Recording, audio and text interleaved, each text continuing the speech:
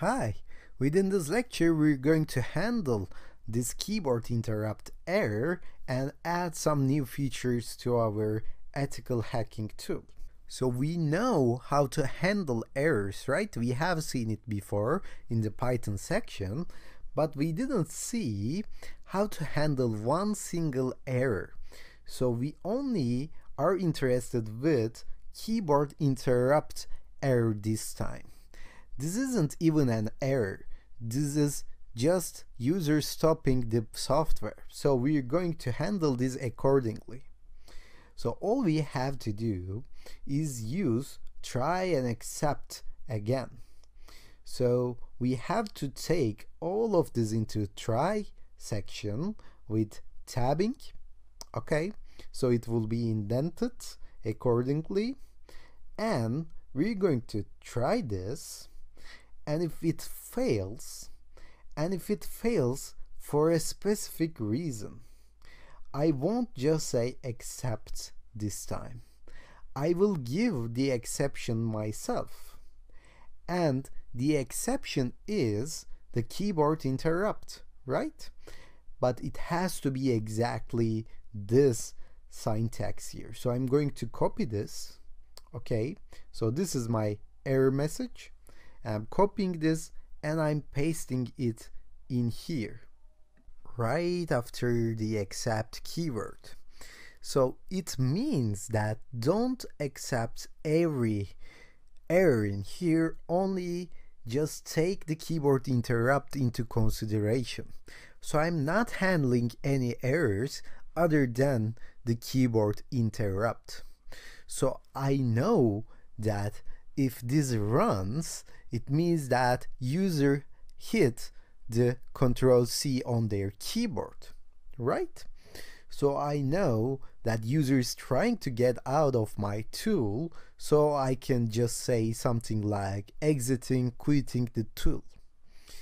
So I will say with new line, quit. Okay, so actually let's do a reset as well. So not just quit, but also reset. Because why? Because maybe after this attack ends, we want to reset the router MAC to be the original one, so that if a user gets suspicious, he or she doesn't understand what's going on their computer.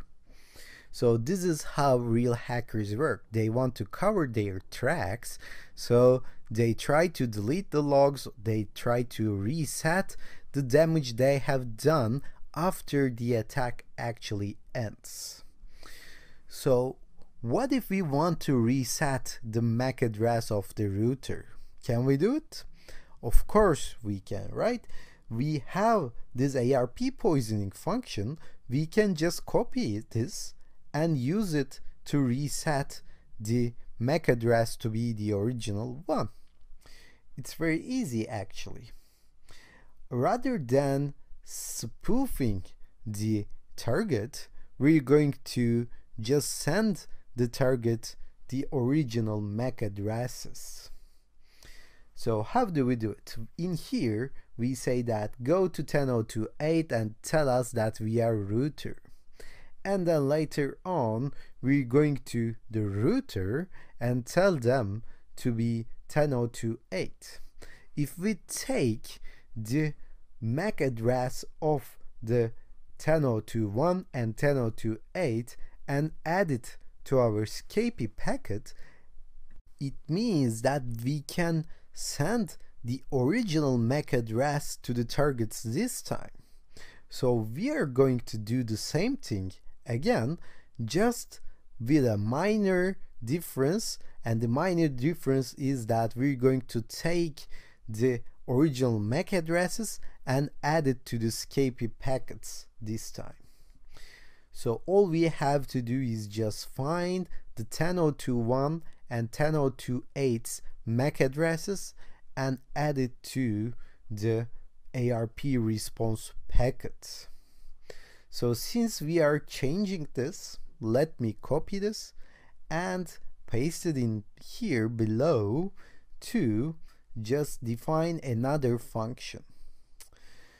So let me call this reset operation. Okay, so we're resetting the operation, and we can use the same input names here as well, but let's change them in order to avoid any confusion, because maybe you will just go over this after like a month and you may forget what this was all about, and you may confuse this target IP with the ARP poisoning's target IP. So let me say this like this is fooled IP and this is gateway IP. You can just call this IP1 and IP2, it really doesn't matter, but I'm just changing it so that you can understand it in a better way. So rather than saying target IP here, I will say fooled IP. And target MAC, yeah, this is the same, but let me change this as well. Let me call this fooled MAC this time, but it's going to be the same thing. So let me delete this and say fooled MAC. And this fooled MAC will come from not target IP this time, but fooled IP. And also in here we have PSRC, and this is going to be gateway IP. But as I explained before, now I'm going to add the gateway MAC address as well. And how I'm going to do that? First, I have to find the gateway MAC address, and this is very easy to find, and then later on add this as HWSRC. So we didn't use that before because we have used HWSRC with Kali Linux default value, because we want them to think that this is coming from Kali Linux's MAC address. But this time we're gonna tell the truth and we're gonna set gateway MAC to be get MAC address gateway IP. So I can just add it here, gateway MAC. So now within this packet we are telling the truth.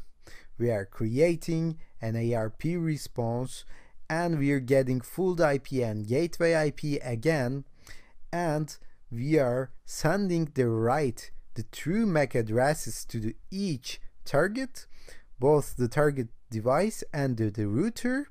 And let me just send it like 6 times here, because as I said before, maybe sending one packet won't be sufficient enough to just trick those target and router into change their MAC addresses, and in this time we are telling the truth. So let me make sure by sending this packet 6 times. So you can use count in order to do that, because we're gonna do this once. User is shutting down the software, so we'll get only one opportunity in here, and I'm going to send the 6, and all you have to do is just say reset operation 10.02.8 10.02.1 and do the same thing vice versa 10.02.1 10.02.8 and mind the dots in here 10.02.1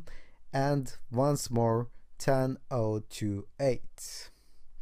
So it will reset this operation once user decides to go out of our tool. So let me try this and test this. So if I run this with Python 3, then it will start sending packets. Now if you go back to Windows and run ARPA, you will see the MAC address of the router and Kali Linux are the same. So it works. If I go back and Control-C out of that thing, it will say quit and reset. Okay, maybe you can change it to be quitting and resetting operation. And if you go back to Windows once more and run the ARPA, you will see that it returned to the original state. So now our tool actually works perfect. So let's stop here, and within the next lecture we're going to get these IP addresses from user And finally finish our tool.